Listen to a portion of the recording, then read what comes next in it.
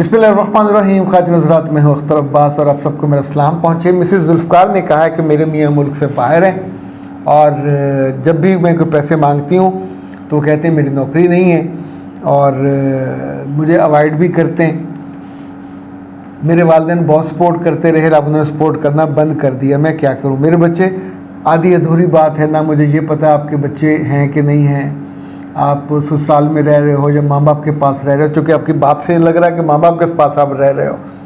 اور اگر آپ کے ذوالفقار صاحب کے بچے ہیں تو دو تین چیزیں ہیں. اگر انسان اللہ کی منشا جاننا چاہے تو ایک جگہ ہوتے ہوئے رہتے ہوئے کوشش کرتے ہوئے بھی آپ کی جاب نہیں ہو رہی یا بزنس نہیں چل رہا، تو عقل یہ کہتی ہے، دانائی یہ کہتی ہے، حکمت یہ کہتی ہے کہ وہاں مت رکو، ہجرت کر جاؤ وہاں سے.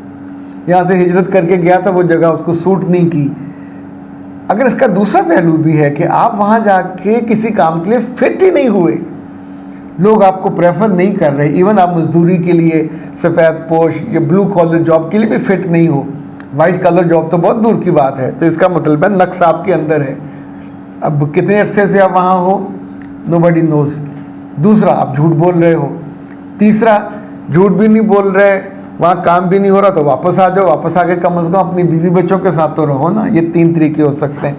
ماں باپ نے جتنا عرصہ آپ کو سپورٹ کیا، میرے بچے کبھی بے وقوفی کر کے اس احسان کو پلٹا نہ دیجیے گا.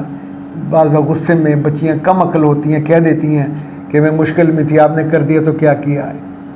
روز تعریف کرنی پڑے، روز تعریف کریں. ان کے ذمہ تھا بیانہ، انہوں نے بیاہ دیا. اب آگے وہ بے وقوف نکلا تو جو آپ کا سپورٹ سسٹم ہے اس کو نہ خراب کیجیے گا. فیری یا فری، وہ کہتے ہیں سر جی طلاق یافتہ لڑکی شادی کے وقت کن باتوں کا خیال کرے. میرے بچے بہت ضروری ہے کہ آپ کی عمر کا پتہ ہونا چاہیے، کب ہوئی، کیسے ہوئی، آپ کی آل اولاد ہے، صحت کیسی تھی، وہاں حالات کیسے تھے.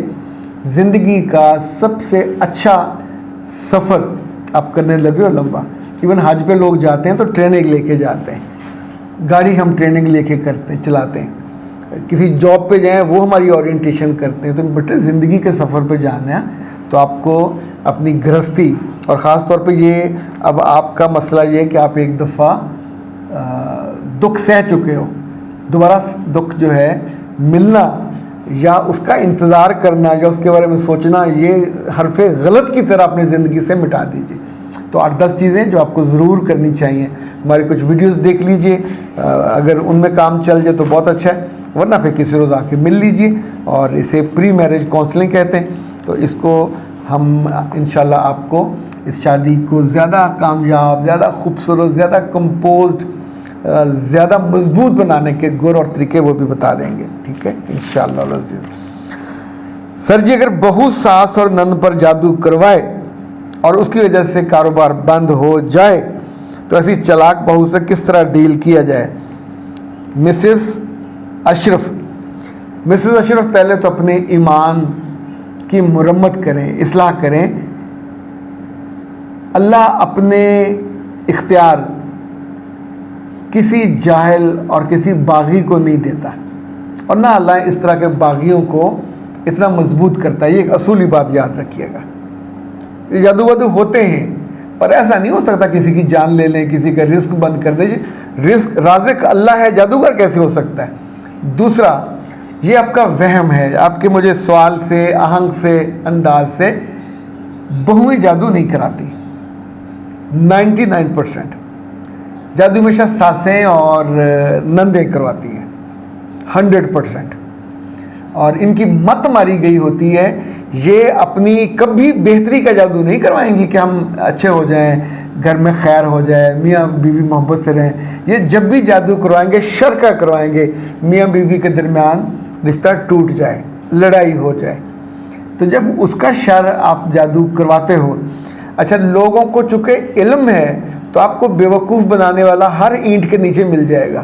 یعنی جس کو یہ نہیں پتا کہ اس کے سالن میں سلاد ہے کہ نہیں ہے، وہ آپ کو بتائے گا کہ تمہارے دشمنوں میں سے کسی نے، اس کا نام بے سے شروع ہوتا ہے، اس کا نام لام سے شروع ہوتا ہے، اس نے تم پہ جادو کیا ہے، اور جادو بڑا گاڑا کیا ہے، بڑا سخت جادو کیا ہے ایسی کہ تیسی تمہاری جھوٹ بولتے ہوئے تمہیں شرم نہیں آتی اور بیوقوف بناتے ہو. اللہ معاف کرے ان لوگوں کے ساتھ کیا حال ہوگا آپ اس کا تصور نہیں کر سکتے. میں نے لائیو ایک دفعہ ایک خاتون کا کال سنی ARY پہ، وہ کسی عالم سے کہہ رہی تھی کہ میں خانہ کعبہ میں آئی ہوئی ہوں اور 2 دن مجھے ہو گئے، مجھے کعبہ ہی نظر نہیں آتا، میں پھرتی ہوں اور کعبہ نہیں ہے. تو اس عالم نے اس سے پوچھا کہ بی بی تو کیا کرتی رہی ہے؟ چپ ہو گئی. اس نے پھر کہا کہ جب تک آپ بتاؤ گے نہیں تم کیا کرتی رہی؟ اس نے کہا میں جادو کرتی تھی اور وہ بھی مردوں کو میں نہلاتی تھی، تو جو عورت مر جائے تو اس کی شرمگاہ میں کسی کا نام لکھ کے، جس نے مجھے پیسے دیے ہوتے تھے تو اس کی وہاں رکھ دیتی تھی اور وہ ظاہرہ قبر میں چلی گئی. اب جس کو اس نے تکلیف پہنچائی ہوگی، ممکن ہے اس کو تکلیف پہنچی ہو، اس پہ جادو ہوا ہو، لیکن آپ سوچئے کہ کیا ایسی عورت کو یہ مکروہ اور کریہ کام کرنی ہے کوئی مرد کہہ سکتا ہے؟ آؤٹ آف کویسچن ہے. میں نے کبھی ہوتے دیکھا نہیں، ممکن ہے آپ نے دیکھا ہو، سو میں قول فیصل نہیں دے رہا، بٹ میں نے کبھی نہیں دیکھا. عورتوں میں یہ مرض ہے، آپ نے یہ غلطی کی ہے، آپ کر رہے ہو، سو اس کا الٹ بھی ہوگا. ابھی حال ہی میں میرے پاس ایک ایسا کیس آیا، اس خاتون نے اپنے میاں کی دوسری بیوی پہ جادو کیا، اپنے گھر کے مختلف پودوں میں ادھر ادھر، وہ سارا الٹا پڑ گیا اور اس کے میاں کو نہ صرف ہارٹ اٹیک ہوا، اس کا برین ہیمریج ہوا، اس کا فالج ہوا اور ہی از آن دا ڈائنگ بیڈ. اس بدبخت کو اس نے جا کے بتایا اپنی پیرنی کو، اس نے کہا بھاگو جا کے سارے درخت کٹوا دو، ان کی جڑوں میں سے جہاں جہاں وہ تعویذ رکھے ہوئے تھے وہ کر دو.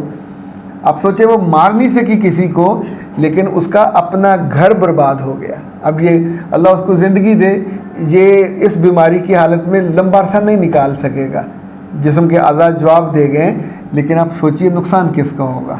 اس کے بچوں کا، اس کا اپنا. سو یہ بیوقوفی کے کام عورتیں کرتی ہیں، بہویں نہیں کرتی، ساسیں کرتی ہیں اور ان کو نہیں کرنا چاہیے. آپ سب سے پہلے اللہ کی قدرت اور اللہ کی حاکمیت اور اللہ کی ملکیت اور اس کی ربوبیت کو چیلنج کر رہے ہوتے ہو کہ آپ کو دنیا نہیں چلانی آتی، میں جادو کر کے اس کی زندگی خراب کرتی ہوں. آپ ہوتے کون ہو؟